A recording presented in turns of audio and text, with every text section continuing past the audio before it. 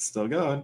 Hello, everyone, and welcome to our new Thursday podcast, Emergence of Being. We'll probably come up with a new title, but we are kind of shifting our focus all towards relationships. And we just have about 20 to 25 minutes today. So if you have questions, please ask sooner than later. I put that in the comments too. Uh, I was thinking, like, gearing up, we're not going to talk about it so much today, but start thinking about questions about marriage. What is it? Why do we do it? And all that type of thing. So that's kind of a little teaser for when we are going to have our next longer block. We're going to dive in to marriage. Yeah, it's a messy world out there. So we were talking, Hank and I were talking just the construct of marriage and how everything is in life. There's the divorce rate is, I believe, last I checked, 62%. I don't know if you've checked at Ooh, all, Hank. I Um, saw, yeah, it's like 50. The last thing I saw, it was like 56%. And then they were accounting for how many people stay together just for financial reasons or for the kids. And then that was like another, like a lot. It meets the definition in the law as to gross negligence. Choosing an action that is it has a higher percentage than not to cause harm is considered negligence. So yeah. that's marriage. In today's thing. But I don't think any. Well, I guess we're starting to talk about it. Like, why do people get married? Are they even really recognizing what it is they're signing up for and things like that? And that kind of brings me to the thought of what I was thinking about today is new relationship energy and the chemical smorgasbord that happens when two people first meet and there's all this dopamine and who knows what all is going off in their head. And for like the first 90 days to usually 90 days to 6 months, but it can last longer, they have this like just this honeymoon phase. And your love strategy is one thing during that stage, and people will run in and do all the stuff, and the next thing you know, you turn around, you look back, and everything's different, and you don't know what happened. Well, your chemicals ran out. Yeah, yeah. Yeah. Hey, we're done, guys. That's how it is. It's your chemicals. Yeah, your chemicals ran out.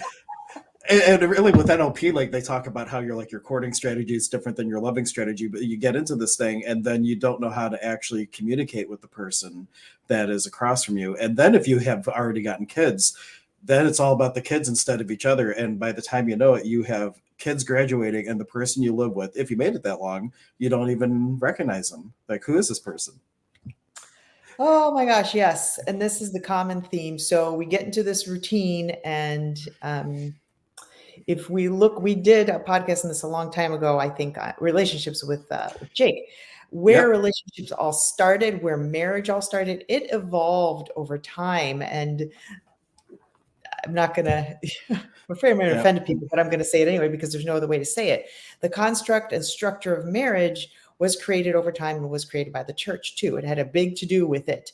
So now we are almost programmed that this is what you do. You grow up with the intention of getting married, procreating, and that's your life. And that is not the evolution of the soul. And we were talking, Hank and I were talking like that the construct of marriage and the way that it is formatted or has been formatted over all these years doesn't work as well for this day and age. It just doesn't. Yep.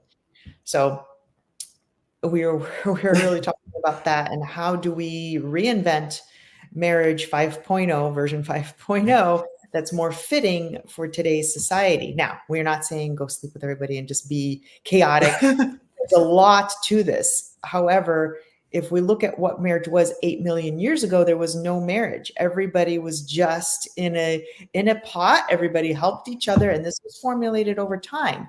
So when you have a wedding, it is a joyous moment for, like, think about the progression of events. You build yourself up, you're in love, you're those like hormones and all those things are raging, and you're just all excited and oh my gosh, it's today. But then what happens a week later, 2 weeks later, 3 weeks later, 3 months later, 8 months later? You've got a baby now. It's like a balloon that literally gets deflated. Because I watch people, I love to watch people, and I've gone to many weddings, and I'm sure Hank's gone to many weddings, and it's Hmm. people are all, they're bright, they're shiny, they're so happy. And then I see them 2 years later and they're with three kids. And pardon everybody, but some people have gained weight. Their morphology of their face a lot of times has completely changed. And I'm like, what is going on here? So the chemicals ran out. Is that it? And there's no replacing those chemicals. I don't know what's No, well, there's different ways to get them, but you got to work at it. yeah. Yeah. So you got to work at it. And I think when you can find the expansion within yourself, which is lost a lot of times in this current, not current day, but the construct of marriage that has gone along for many, many, many years, it's all about the children. There's very little self-care. I see few people that still maintain their own integrity and their own soul's expansion and their expansion of themselves and work on the kids. The kids are just little guys that they just need a little help until they get their own compass and move along. So there's a lot to talk about here. Yeah. And that's why this is just a prep. I wasn't really planning to dive into this now, but it's like you follow the energy. And the thing that I almost lost it. Is it going to come back? Oh, when we were talking about like 56% or more, maybe it's more like 60 now, of marriages end in divorce, the more staggering number. And this shows how important the idea of marriage is to the human in terms of a social thing, is that 86% of the people decide to get remarried. They just went through and had a mass failure in a marriage, and the 56% of the people jump back into it again. And it shows that there's like a super important driving force. So it's important to us, but like really, what is it? And it's been put into a box. And I can say, like, for Anya and I'm going to throw Anya under the bus just a little bit, nothing bad. Like, but with kids, like we talked about, we really drifted, and we had to come to like I had to come to Jesus moments. Like, we really got to work on this without going into all the details. But we went through like this whole process that I would call like this de-enmeshment phase, where it was kind of like, I use the analogy, you have two pots and you throw them in the same pot. Now their roots are totally tangled, and you lose your identity of yourself in the other person. And it is a messy and painful thing to like pull yourself. Like, have you ever tried to separate two plants that have grown together, and you're like ripping roots and everything to put them in their own pot? But the idea is like, how do you maintain your individuality as a soul, as a being, and use the relationship in a marriage or another relationship to empower the other person to be their most authentic self? Like, that's like, because usually it's all about sacrifice. I need to sacrifice this. I can't do this in order to make this work.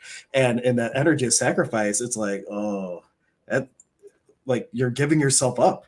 And the only thing that can happen over time is resentment. Well, that's a projection. I don't know that. Maybe people are just happy sacrificing and being miserable. But I think more often than not, you sacrifice something that's really alive for you to make a relationship work, instead of like, how can we empower each other to really do the things that are alive for us? Mm-hmm. And when you think about marriage and your wedding day and the days leading up to your wedding day, which again is very stressful too. I think about the wedding day is all about the other people. It's not even about you. You're so worried about making sure everybody eats the right food and the cake is right and your dress is right. How much of it is really on you? But you think about it, two people are at their primest, brightest, most energized on the days leading up, right? You're so excited. You're in some sort of, I don't want to say alignment, but because when emotions are high, intelligence is low. So when you're too angry, or opposite, when you're too in love, you don't think straight. You don't make rational decisions, right? But nevertheless, these are two people that have now built themselves up. They've lost all the weight to get into the dress, to get into the suit, to look their most perfect, right? That is a moment of pure, like, your highest and brightest self, right? You have all the love energy. You look fantastic. You feel great. You're happy. You're the happiest you could be. And then it's a moment. It's a brief moment in time. Where and how do we maintain that? And the only way to do that, I think, is to continue to work on self. Yet that does not happen. No, because it's all about the other person, instead of like, the relationship is one thing, but you are still two individuals. And there could be argument for that, because the legal definition of marriage is you become one. Like, even as, it's not like a partnership where you like, I own 50% of the business and you own 50% of the business. It's like a union. We both own 100%, is that kind of the idea. And even legally speaking, unless you have a prenuptial agreement and everything, it's like, you're one. If you make $100,000 a year and I make 20,000, that your 100,000 is half, that's mine too. And it's really wild, like that. we have like this unification, but then we like lose our individuality. It's kind of We- paradoxical.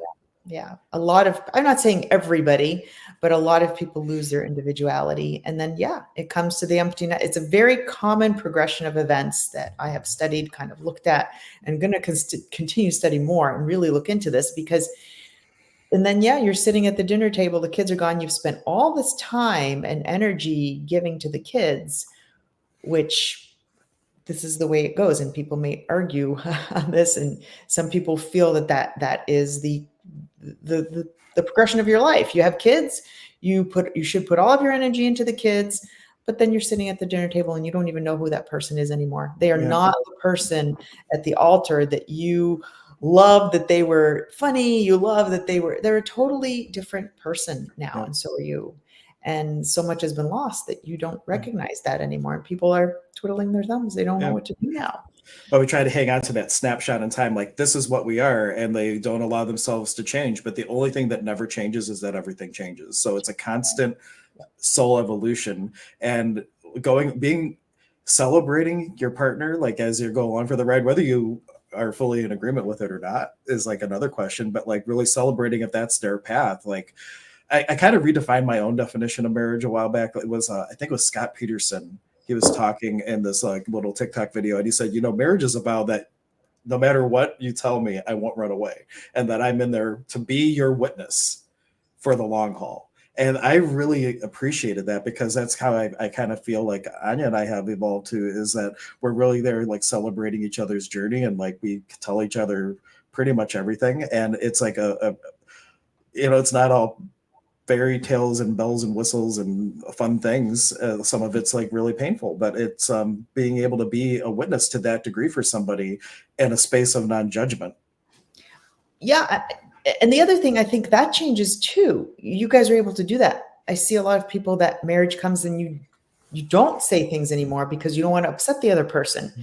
Yet prior to that, in the relationship, leading up to the marriage point, you did tell your partner a lot of things, it was a very free discussion, but now marriage comes, well, I don't want to say that because I don't want to upset her. I don't want to tell her I don't like her family. I don't, that sort of thing starts happening. So it's interesting how the dynamic shifts. I think that kind of leads into why the 86% of people remarry. The real thing, part of the drive for this union is the fear of being alone or the desire not to be alone. Because if you look at all great masters like Christ, Buddha, and all these things, they go out 40 days in the desert. It's only me, myself, and my soul, and the depths of your shadow come up and stare you in the face. When you're by yourself, that stuff comes up. And having another person around 24/7, you get to distract yourself.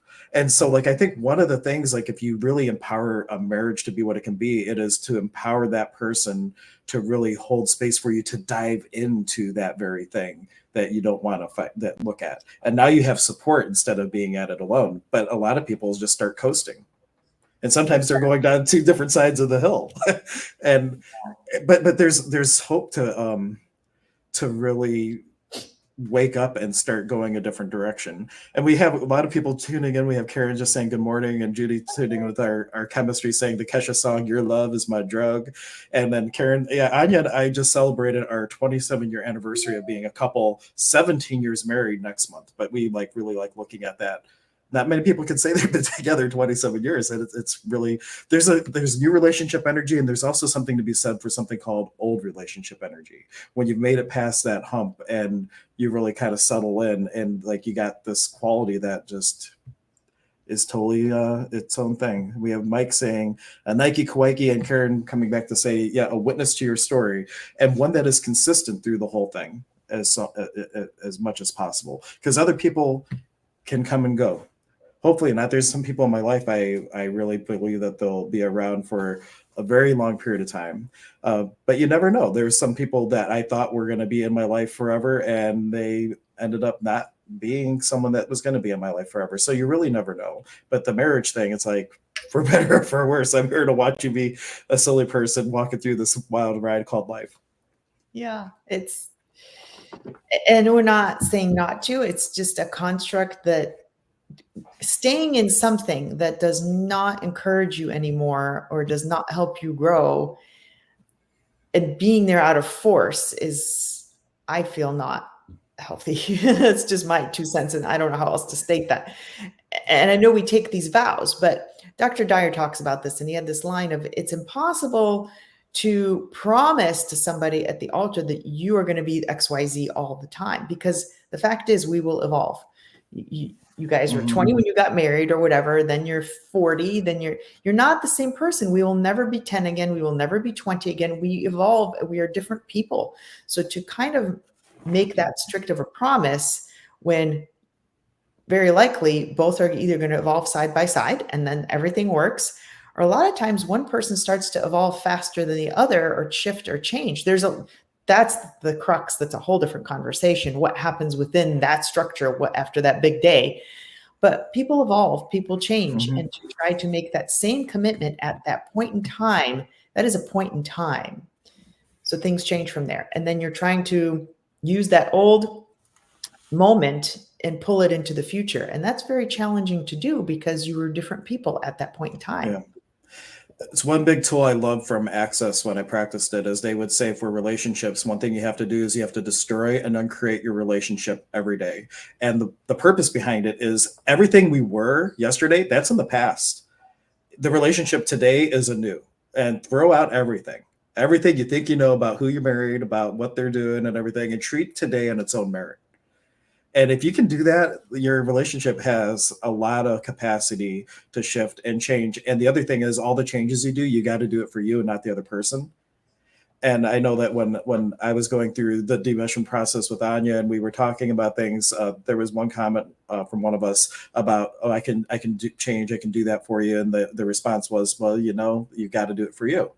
And both of us have. We have completely changed how we interrelate with each other. And it's been really well. Dr. K's been one of my support people through all that, so she knows it's been a process, but a beautiful thing. And one of the books that I think really helped is called Home. I think it's Coming Home. I got to look it up, but it's all about you. If you build your home in somebody else, and then they were to go away, you're homeless. And the importance of being your own soul home. Like your home can't be built in anybody else. And if you can do that and the other person can do that, your relationship really turns into a creationship where you're just really helping. But Judy did ask a question, or I will say somebody asked a question. A lot of growth is uncomfortable. So how do you know if the discomfort or pain in the relationship is helping you grow or holding you back from evolution? I'm going to read it one more time. A lot of growth is uncomfortable. So how do you know if the discomfort or pain in the relationship is helping you grow or holding you back from evolution? And this is specifically growth in the relationship, I'm assuming. Pain in the relationship. I mean, it all gives you more data, but I'm going to look up that book while Dr. K stalls and says something about that. Everything is helping you grow. Everything. So I don't feel anything is holding you back from your evolution. It comes to, you have to look at what this is just my opinion, looking at the situation and saying, okay, what is mirroring back to me? Because relationships of whatever kind, whether it's a business cohort or your spouse or your girlfriend, your boyfriend, or a friend, a portion of that relationship is mirroring back to you a part of you. So he's always showing you, hey, this is what you need to work on. So in my times, I've looked at things and going, why can't he do this? And it's like, because that's something I want. I want to sit on the couch and do nothing. I want to be lazy, So the laziness irritates me because there's something within me that I need to relax more. I need to stop being go, go, go. So it's mirroring. Everything's mirroring to you something. So it's always contributing to your evolution. The part of, is it preventing my evolution? I would say only if you're not looking at that and saying, okay, I really need to look at this. And when two pillars are too close together, things don't work. When two pillars are too far apart, things don't work. So you kind of got to find that median of whether you're going to stay together or not. And I think the best way I can look at that too is when one person is evolving faster than the other. So say you're really working on yourself, you're taking self-development courses, you are meditating, you've recognized the thing within yourself that really needs work. And then, but your spouse is like, nope, life sucks. I ain't doing nothing. then you're evolving faster than they are. And if they don't come around, then usually the other person leaves. And that's kind of a justifiable thing. So I hope that kind of answers that a little bit. Yep, in a broad sense. And I echo that. Like everything is a data point. Like Neil Donald Walsh, who's, as everybody probably knows by now, is one of my favorite authors. And I was on a call with him when I was going through his 1-year program, and this person got on and just chewed him out about how badly he sucked and his work was trash and all that. And Neil authentically and humbly said, "That's wonderful. Like, you knowing that my work isn't for you, that is just as important as knowing that it is." And because you have a new data point now, and now you know not to waste your time getting my books. That's wonderful. And I mean, he really came across like this authentic space of that's great for you, and also kind of like, why are you here?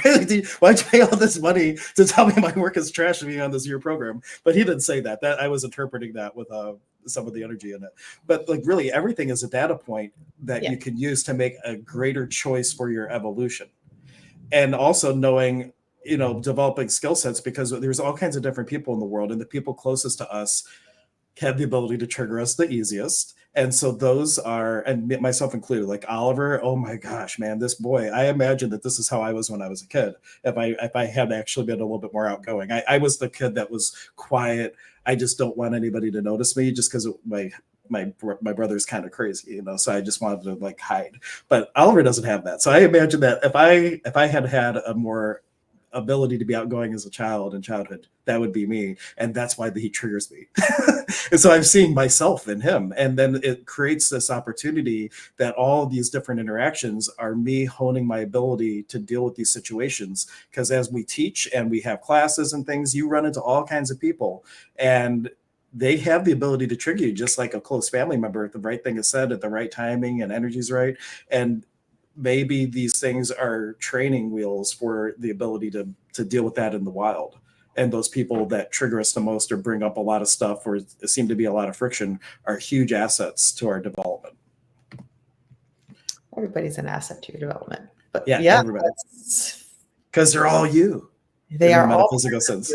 I was the kid. I was thinking, it's funny because I was thinking about that this morning. I was like, I am the kid that just did not conform from day one. I did not like authority. I did not like to be put in a box and told what to do. And I was kind of born with that. I just don't conform. I don't want to do what everybody else is doing. I was thinking about how like my mom would just like, you need to be taking piano lessons. I'm like, I don't want to take piano lessons. Well, your cousin's sitting there reading books. You should be I don't want to read books. I was like that just wild child in the background that was just like backyard making fires and lighting them.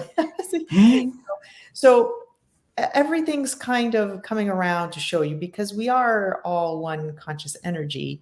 So we are reflecting things to each other all the time. So think about that evolution piece and that proof of magic dragon, but it is all helping you to the evolution. So if your partner is not, you've tried to suggest therapy, and they're toxic, like, you're like, I just want you to come along and work with me. And they're like, nope.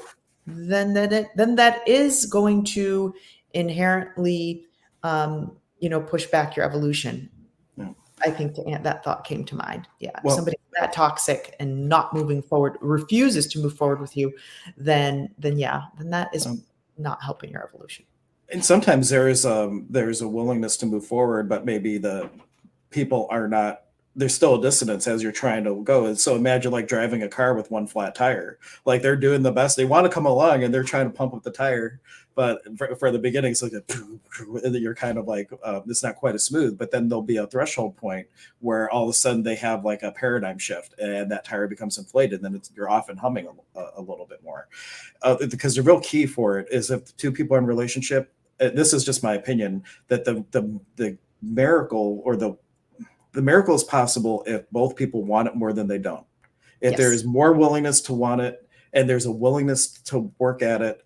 And as somebody who's gone through a lot of like unpacking of like PTSD type of stuff, that is some ugly business. And like, Anya could have easily given up on me, like as I was being like a super crazy person and like really unpacking like a lot of stuff. And but we both held that space of grace and wanted it more than we didn't. And we moved along. And that's really the recipe. Want it more than you don't. Yep, that is such a key point. You really have to deep down inside ask yourself that question. Do I want this? And you'll get the answer like, nope, I don't think I want to do this anymore.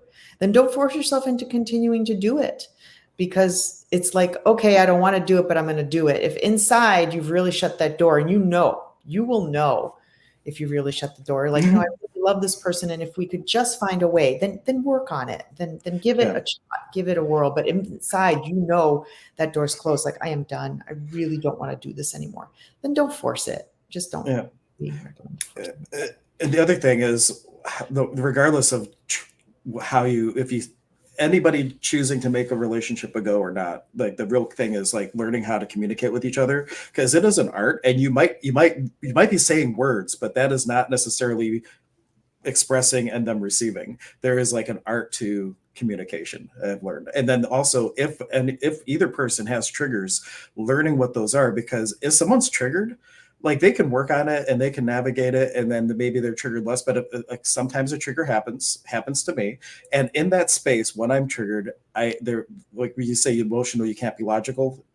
Is that what? Yeah. When the emotions are really high, intelligence is low. So you don't say the good things. Right. So like, when there's something like that, it's like, just hold space while that trigger happens, and then afterwards unpack. Like, Anya can tell me nothing. It's like an alcoholic. Before I was ready to get sober, nobody could tell me anything about getting sober. It's not going to happen. Like, until there's the emotions have to peak, they have to subside, and then a logical conversation can happen. But until then, sometimes part of it is learning the art of just holding space through a trigger, and then talking about it on the other side. And we're going to have to jump off here in just a couple minutes, because I have a client at 10:30. But we have maybe a client. We can talk about this very briefly, or we'll hold this for next time, where we'll continue our conversation. What if your feelings change daily? Whose doesn't? There might be more data on that. There are times I'm in it, and other times I throw my hands up. I think that is a common thing, actually. We'll do more on this. I think the next podcast is just really talking about communication tips. Yeah. Because here's the tip before we go. Is it true? Is it kind? Is it necessary? So before you say stuff, breathe. And when your emotions are really high, we got to work on calming those emotions. Is it true? Is it kind? Is it necessary? Yeah. And if you got triggered and you skip that part because your rational brain went out the window, then it's like, okay, that was not who I wanted to represent myself as. And the willingness to look at that and then go to your partner going, I'm sorry. I screwed up. I had a moment of stupid, whatever you want to call it. And like, the willingness to repair and work through that is equally important. But it is a constant roller coaster, especially if you're more conscious, if you're more awake. Your awareness of the gradients of things, it can swing greatly. Yep. So the first step is gaining awareness, really, really working on gaining awareness. I work with that with clients. Like, I don't care if we have to spend months on you becoming more aware, more observant, so you catch yourself. So some people move really fast and learn that. Some people take a little bit of time. But when you're able to do that, you're going to catch everything, and you're going to be able to navigate that conversation better. But the rest of it is, we are human, guys. We are growing. We are evolving. Be kind to yourself. Yeah. And I guess the final tip for me would be, if you have that 51%, you both desire it more than you don't, then no matter what, as you move through it, just stay the course, and this too shall pass. Stay the course, this too shall pass. And recognize that, if you spent, like Anya and I, we've been together 27 years.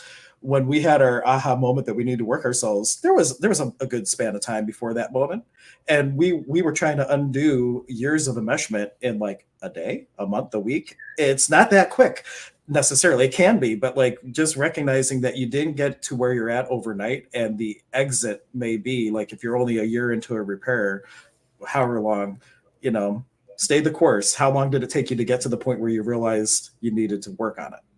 Yeah, totally. And give yourself a little space of grace. But okay, 10:29. We love you guys. Thank you so much. We'll be back next Thursday at 9, hopefully. Yes. Hopefully. 9 o'clock every Thursday. And I'm just looking for my video, and we will catch you next time. Bye, guys. Bye.